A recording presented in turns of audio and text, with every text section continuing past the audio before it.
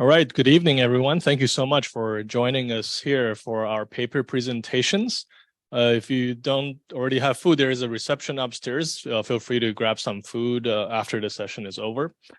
First to present is we have Michael Jordan, who is a certified bioethicist and nurse with 30 years of experience in healthcare.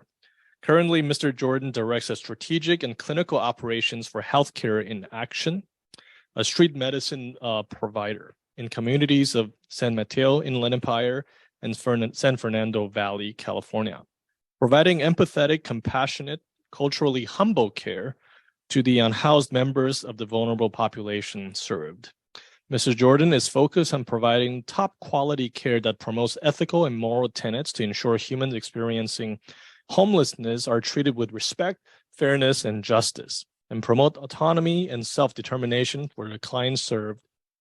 Mr. Jordan is currently working to complete his PhD dissertation at Duquesne University in the field of nursing ethics.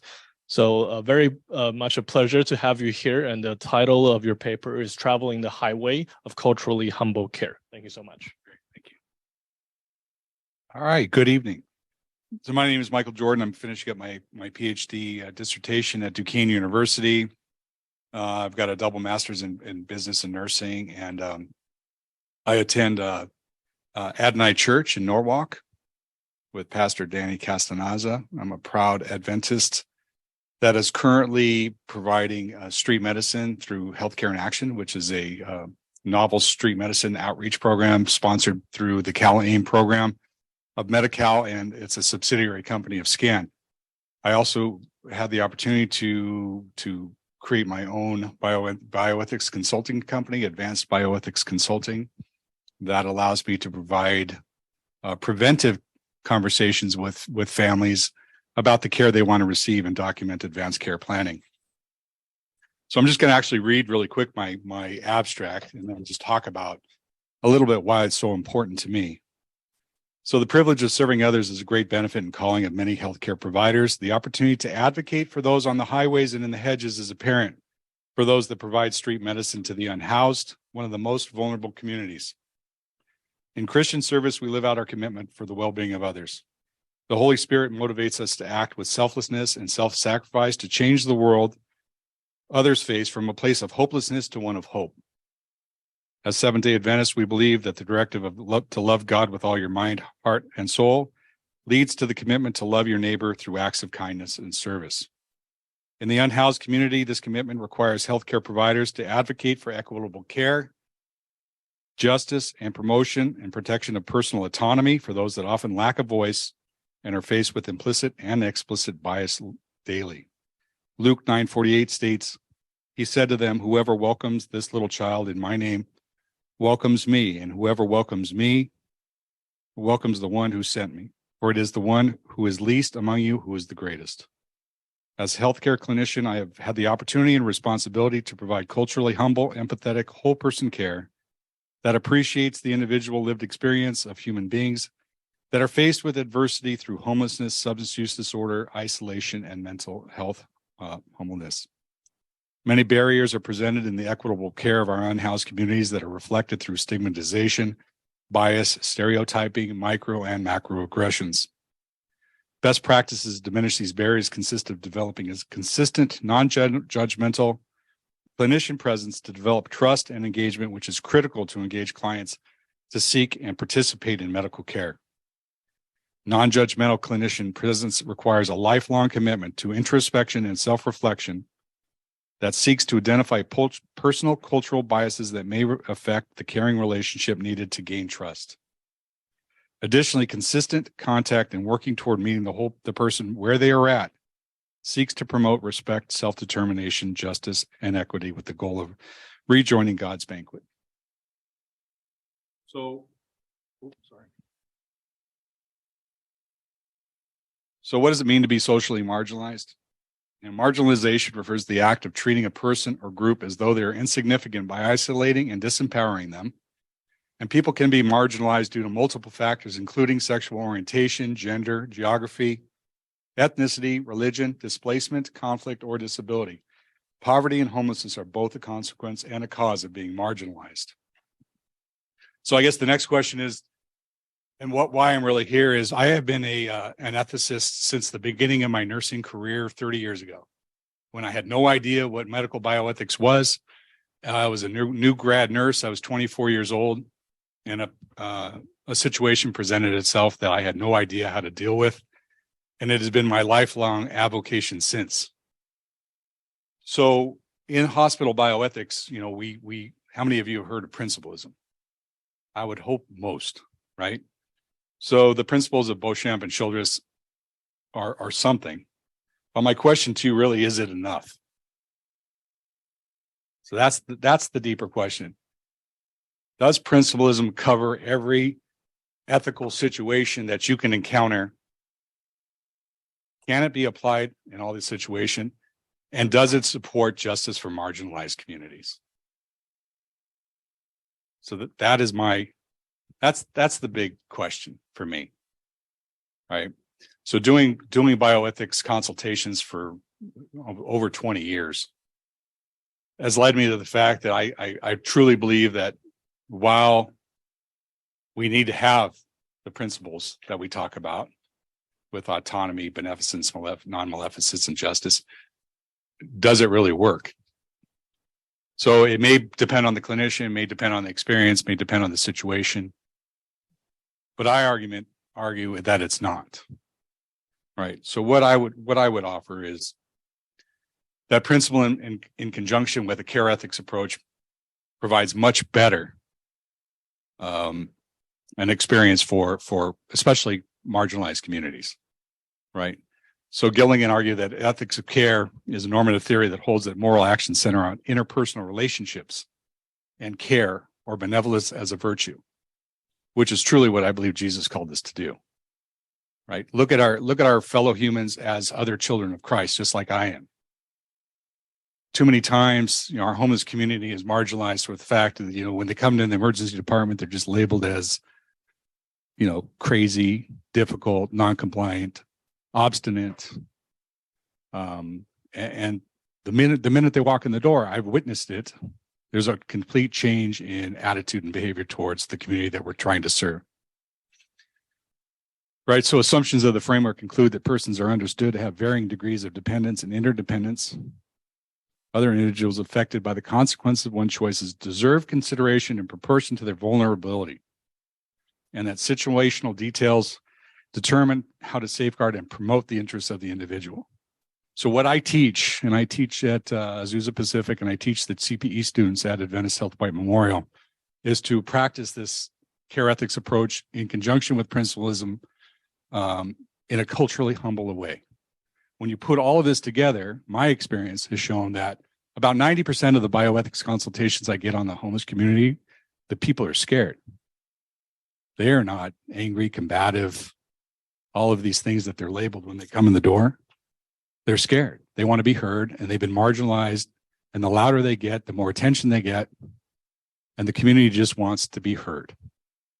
So when I take a cultural humble approach to a person that is unsheltered that comes into the hospital, and I ask permission to come in, I ask permission to sit down, you know, I seek to listen more than to speak, right?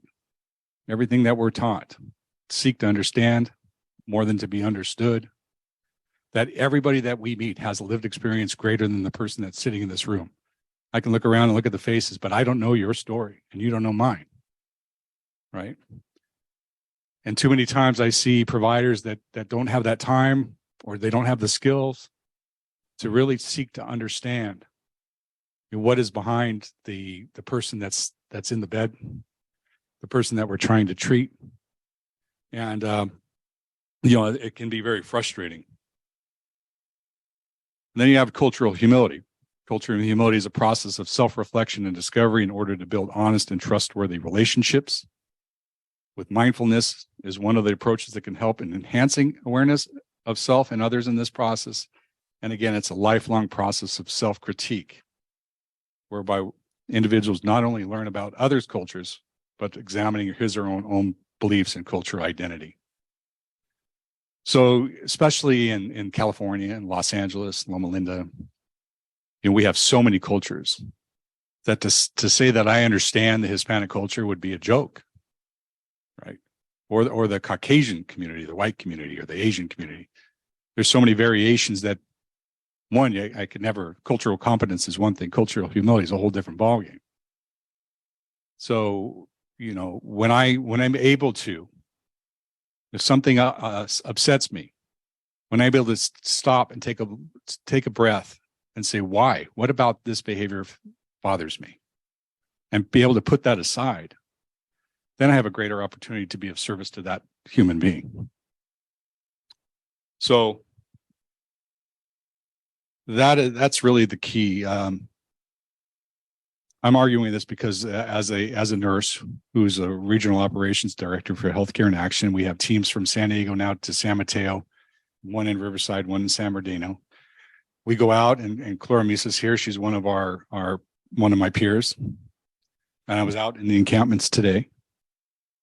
It's about, do you know how shocked somebody in an unsheltered community is when I walk up and shake their hand? That's appalling to me, that they don't even feel worthy enough to have me shake their hand. I was recently able to take a young lady to get her DMV license.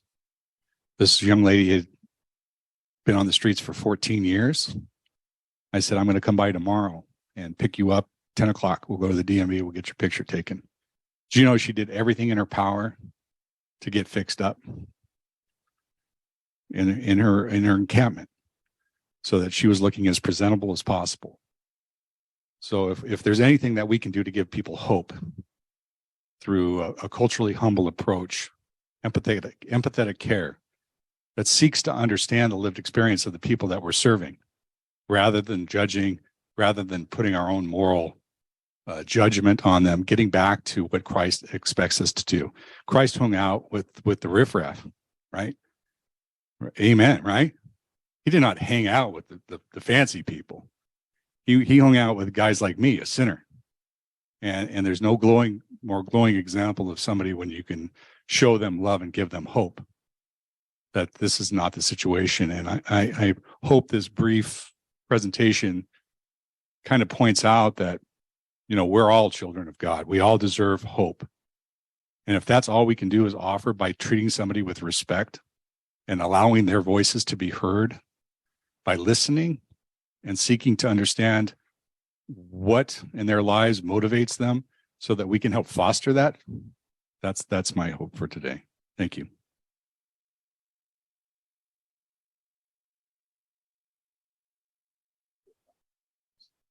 We have about 3 minutes for questions or feedback from the audience.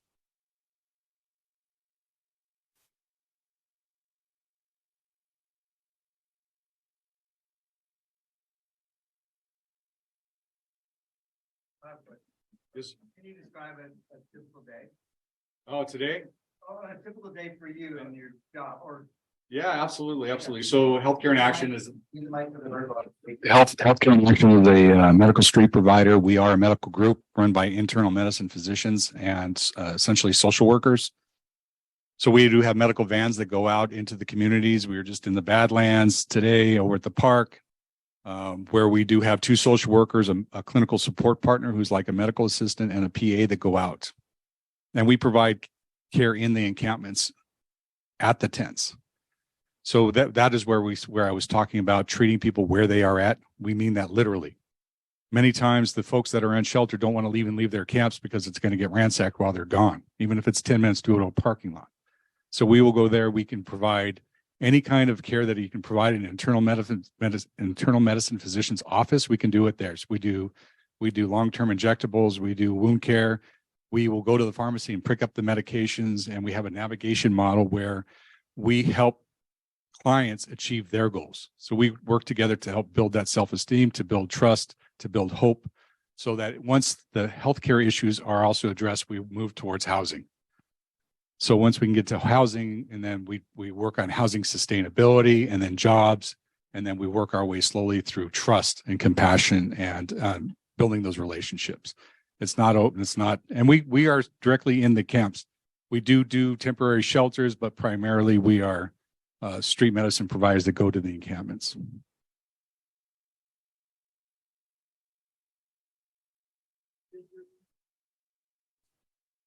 Actually, I was formerly at Adventist Health White Memorial, and now it's healthcare. It's called Healthcare in Action. I'm also academically affiliated with Azusa Pacific University and finishing on my PhD at Duquesne.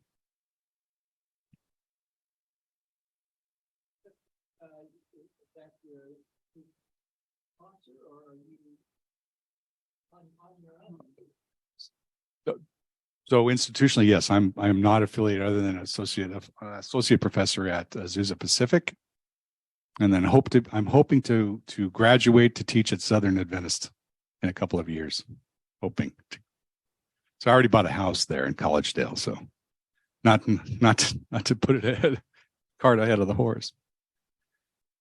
And just as Healthcare in Action is a subsidiary company of SCAN, so we have SCAN supporting us. It's a not-for-profit agency that we have that's supported through the CalAIM program through Medi-Cal. That's how we get reimbursed for the care that we provide.